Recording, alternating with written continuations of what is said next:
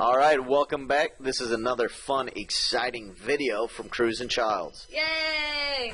This is the elements of a plot diagram. I'm Mr. Childs. And I'm Mrs. Kruse. Alright, this is a plot diagram or plot map or a storyline. You might hear it referred to as any of those three things. And this little guy, he goes across the bottom line there. That's like the boring part, and then he starts going up the mountain. That's when it gets exciting, and then he's going to go wee down the mountain, and then he's going to kind of be boring a little bit in the end again. We're going to talk about what all those parts mean, but you should notice a blank spot on your notes, and you need to draw this plot line there, and if you want to be fancy, you could even label the parts if you already know what they are. That's just craziness. Alright, so the plot is basically the reason you're going to read a book. It's the reason we watch movies, and usually the reason we like television shows. It's the sequence of events that make up a story, also known as the storyline.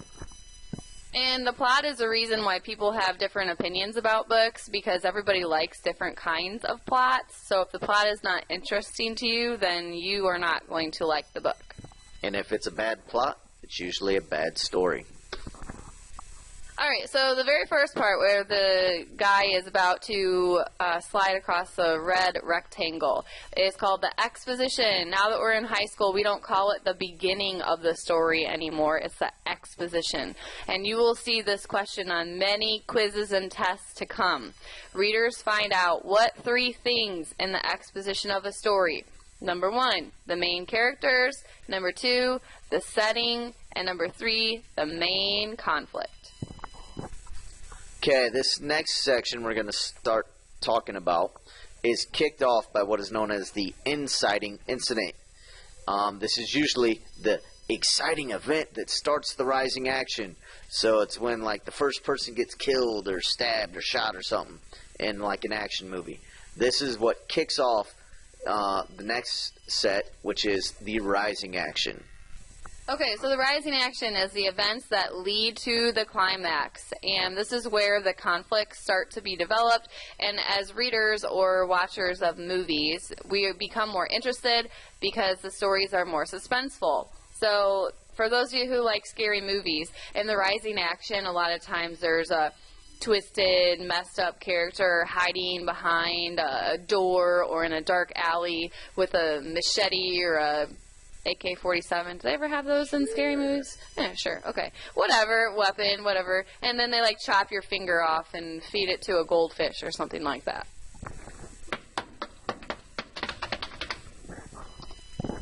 Alright, now the climax. This is the turning point of the story. Usually the main character confronts the conflict. So the protagonist is making like this ultimate decision he has to make. Often it is also the most suspenseful part, but not always. And we say not always because people always try to identify the climax by finding the most exciting part of the story.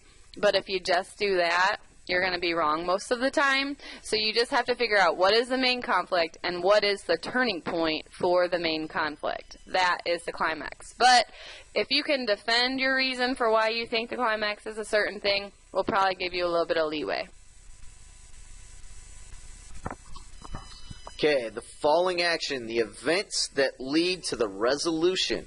So this happens after the climax, and this little guy's going to go woo all the way down the little mountain. Okay, the conflicts are beginning to be resolved. So he makes this ultimate decision, and usually that's the turning point, and then this starts answering some of the questions as we go. Okay, the resolution is where the story comes to an ending. Again, high school term is resolution, not ending. And this is where all of the conflicts are resolved. Now, if you don't have a resolution to your story, then your story is called a cliffhanger. And it cuts off somewhere in the falling action. And actually, the very first story that we read during this unit is going to have a cliffhanger ending. Ooh. Ah. Alright, so putting it all together, the exposition is basically the beginning of the story. We learn three things there. We learn our main characters, we learn our setting, and the main conflict. The rising action, is kicked off by the inciting incident, and that rising action builds the suspense and leads to the climax. It says middle of the story. That's not always the case. Sometimes it happens early, sometimes it happens late. Okay? But after the climax, we have our falling action, and then either a cliffhanger or a resolution for the end of the story. Alright, so now we're going to get a little bit fancy and talk about subplots. They are smaller stories within a story. So if you look at that blue line that says story arc, pretend that's your main plot line. And then all those other colors underneath, black and yellow and red, those are examples of subplots. So let's think about the movie Cars with Lightning McQueen. In that movie, Lightning McQueen, the main conflict is that he wants to be the best race car ever, and he wants to, what is it, Dynaco that he wants to work for Dynaco. Yeah, he wants to work for Dynaco because Dynaco is cool. Well, there's also a subplot going on in that movie where he and this cute little blue car named Sally? Sally. I think it's Sally. Porsche. Anyway, the Porsche, yeah, she's got like that little pinstripe tattoo on the back. Anyway, they kind of flirt throughout the movie, and at first they hate each other, and then at the end they date. That would be an example of a subplot because it's going on at the same time as the main plot, but it is not the main plot. Alright, so if you guys have ever seen Finding Nemo, which you should have, I hope, there is a subplot. So the main plot, Nemo is kidnapped. So Marlin, his dad, and Dory the crazy fish, played by Ellen DeGeneres, have to cross the dangerous ocean to save Nemo. Dad, I touched the butt! The subplot of this story is Nemo has to adjust to his new surroundings in the dentist's aquarium, and he tries to free himself. That's what you get for not listening to your parents. So, here we go, the blue part again. Conflict. All of the hazards of the ocean that Martin and Dory have to avoid, that is part of the main plot. Fish are friends, not food. For the subplot, Nemo is trying to escape the dentist office, so that's his main plot. Or his main conflict during his subplot. Shark bait, ooh la la.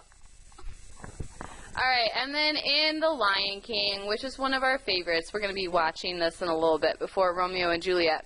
The main plot, you have Scar versus Simba. Of course, Scar is jealous because he wants to be king, and he can't be because that little runt Simba was born. But during the same time, you have the subplot of Simba and Nala, who start out as childhood friends, and then a romance begins to blossom, and they reconnect and find one another, and then they have a little baby Simba, and the circle of life continues.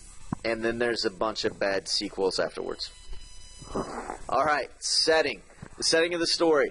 A lot of people get these confused, but we need to have the time, place, and the weather. What? Those are all part of the settings. So they contribute to the mood of the story, and it changes with the plot. So if you look at the picture below here, we've got the dark picture and the light picture. Exact same picture, but just for the simple time and place, time, it changes the setting for us. If the one on the left is dark and scary, and the one on the right, we're like, ooh, it's a cute little fox. So the mood is totally affected by what time of day it is in this picture. The left one, to me, looks like Halloween, and the right one looks like happy-go-lucky spring afternoon. Okay, mood. Sharks are whatever. They're like not food. Don't eat the fish thing. Okay. The mood is the feeling the story creates in a reader. If you look at that picture of Finding Nemo, that shark looks scary and they're all going to die. But really, he's just a happy-go-lucky guy that's misunderstood. So examples of mood readers can feel, and hence the term feel, is anxious or peaceful, sad or happy, excited or nervous, angry or romantic. A story's mood is impacted by the words an author uses.